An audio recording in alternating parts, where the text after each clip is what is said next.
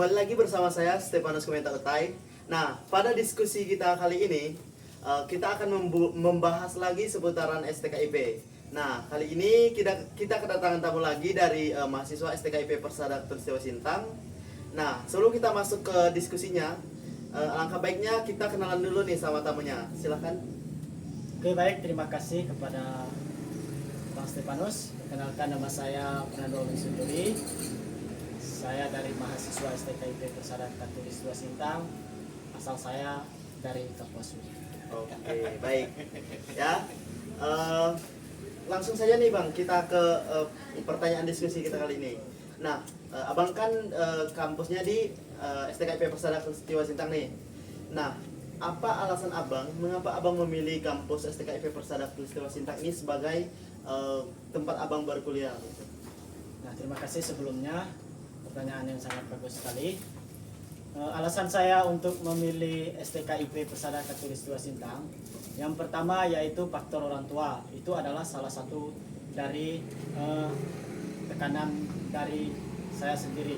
Yang kedua yaitu jarak dari Kapuas Hulu ke Sintang itu sangat dekat. Nah, sehingga dari Kapuas Hulu ke Sintang itu mempunyai 4 jam dari Kapuas Hulu ke Sintang. Itu adalah salah satu yang persyaratan saya untuk ingin masuk ke STKIP. Dan yang selanjutnya yaitu salah satu kampus di Sintang yaitu kampus perguruan. Nah, itu adalah saya sangat tertarik di kampus STKIP. Oke, baik ya. Nah, kalau boleh tahu nih Bang, di di STKIP itu ada berapa sih sekarang program studinya? Nah, di kampus STKIP itu ada 9 program studi. Oke, 9 ya Bang ya. Ya, Nah, 9. kalau Abang sendiri nih, sekarang ini Abang program studinya apa? Saya saat ini program studi saya yaitu Pendidikan Guru Sekolah Dasar atau PGSD. PGSD ya. Nah, untuk program studi PGSD ini, Pendidikan Guru Sekolah Dasar ini, mengapa Abang memilih program studi itu sebagai jurusan Abang? Nah, yang pertama yaitu sudah terakreditasi yang sangat baik. Itu adalah salah satu membuat saya tertarik di program studi PGS, di program studi Pendidikan Guru Sekolah Dasar. Nah, yang kedua yaitu peluang kerja yang sangat besar. Nah, di kampung saya itu masih memerlukan seorang guru karena terutama guru SD. Itu adalah salah satu membuat saya tertarik mengambil PGSD. Oke, baik. Berarti PGSD ini nantinya setelah selesai akan menjadi guru ya? Ya. Oke, baik. Nah, menurut Abang Alonso nih, apa saja kompetensi yang harus dimiliki oleh seorang guru? Nah, yang kompetensi yang harus dikuasai guru yaitu ada 4. Yang pertama itu pedagogik, sosial, kepribadian, profesional. Nah, kita mulai dari pedagogik. Nah, di mana kita seorang guru itu adalah memberikan teladan dan contoh yang baik kepada siswa. Guru ditiru adalah salah satu bagaimana seorang siswa itu bersikap yang baik kepada gurunya dan memberikan langkah-langkah yang baik kepada teman-teman yang sebayanya. Lalu yang kedua yaitu sosial. Nah, seorang guru tidak hanya mengajar tetapi bagaimana berinteraksi dengan siswa, masyarakat, dan guru. Itu adalah salah satu. Lalu yang selanjutnya adalah profesional. Nah, tentu profesional ini kita harus bersikap yang secara lebih profesional di dalam kelas, terutama menguasai kelas, sehingga di dalam kelas itu mampu menanamkan nilai-nilai karakter yang baik. Selanjutnya itu kepribadian. Nah, itu adalah salah satu yang dimiliki seorang guru untuk bagaimana menciptakan pribadi yang lebih baik kepada siswa dan murid kita. Oke, baik. Berarti ada 4 kompetensi yang harus dikuasai oleh seorang guru ya, Bang. Nah, sekarang setelah kita membahas kompetensi, menurut Abang Lanso, apa saja sih keterampilan yang harus dimiliki oleh seorang guru? Nah, keterampilan yang harus Ya. dikuasai guru yaitu ada 8. Kenapa? Yang pertama itu keterampilan bertanya. Nah, kita sebagai guru harus memberikan pujian atau apresiasi kepada siswa. Terutama kita sebagai guru harus bertanya kepada siswa, kita harus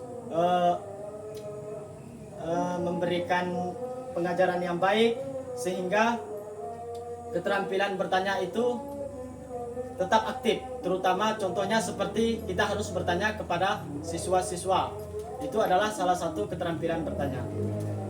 Lalu yang kedua yaitu keterampilan memberikan penguatan. Nah, dalam keterampilan memberikan penguatan itu adalah memotivasi siswa agar siswa tersebut untuk semangat di dalam belajar. Terutama mereka siswa-siswa yang malas di dalam belajar. Itu adalah salah satu contoh sebagai guru untuk memberikan motivasi kepada siswa.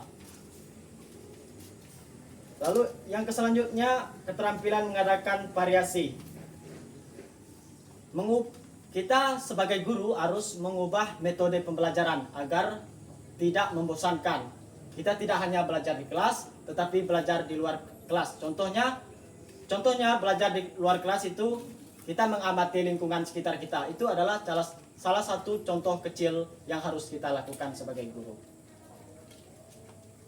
Lalu yang selanjutnya keterampilan menjelaskan. Nah, dalam keterampilan menjelaskan, kita sebagai guru harus paham materi sehingga yang disampaikan kepada siswa itu adalah bermakna atau mereka paham apa yang telah kita sampaikan kepada murid kita. Itu adalah salah satu. Lalu yang selanjutnya keterampilan membuka dan menutup pembelajaran. Nah, kita sering sebagai guru harus menerapkan keterampilan membuka dan menutup. Itu adalah salah satu. Itu adalah salah satu yang harus diterapkan. Kenapa harus diterapkan?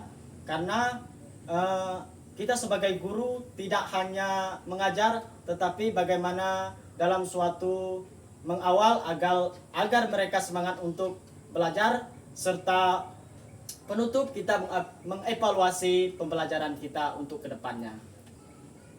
Yang selanjutnya keterampilan membimbing, diskusi kelompok. Nah,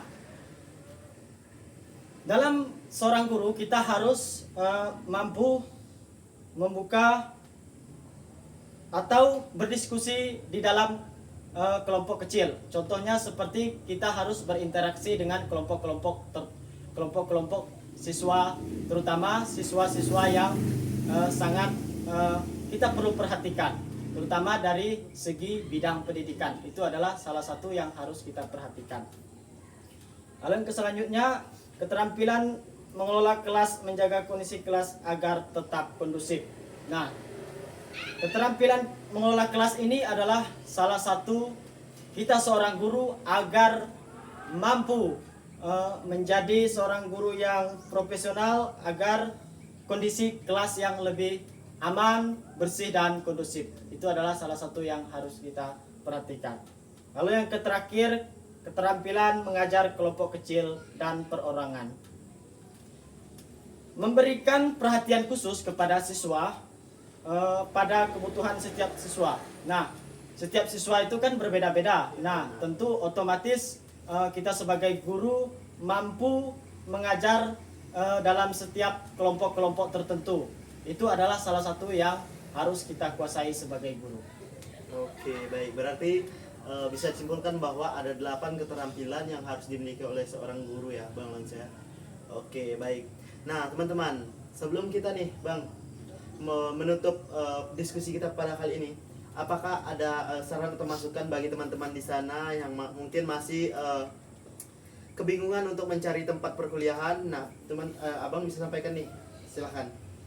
Oke, baik. Bagi teman-teman yang di luar sana atau yang masih SMA atau yang mau tamat SMA, saran saya silakan masuk di perguruan tinggi STKIP Persada Katulistiwa Sintang. Itu adalah salah satu kampus perguruan tinggi yang ada di Sintang. Mari bergabung bersama kami, terutama di program studi pendidikan guru sekolah dasar.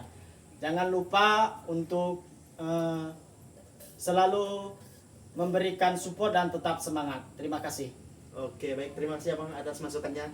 Nah, bagi teman-teman nih, jika mau bergabung bersama kami, teman-teman mungkin bisa lihat di Instagram STKIP Persada Katulistiwa Sintang. Nah, di sana terdapat banyak info-info menarik tentang kampus STKIP Persada. Nah, mungkin hanya sekian diskusi kita pada kali ini. Kami berdua mohon maaf jika ada kesalahan kata, pengucapan kata, atau tutur bahasa kami yang kurang berkenan bagi kita semua. Sekali lagi terima kasih dan salam sejahtera untuk kita semua. Bye bye. Bye-bye.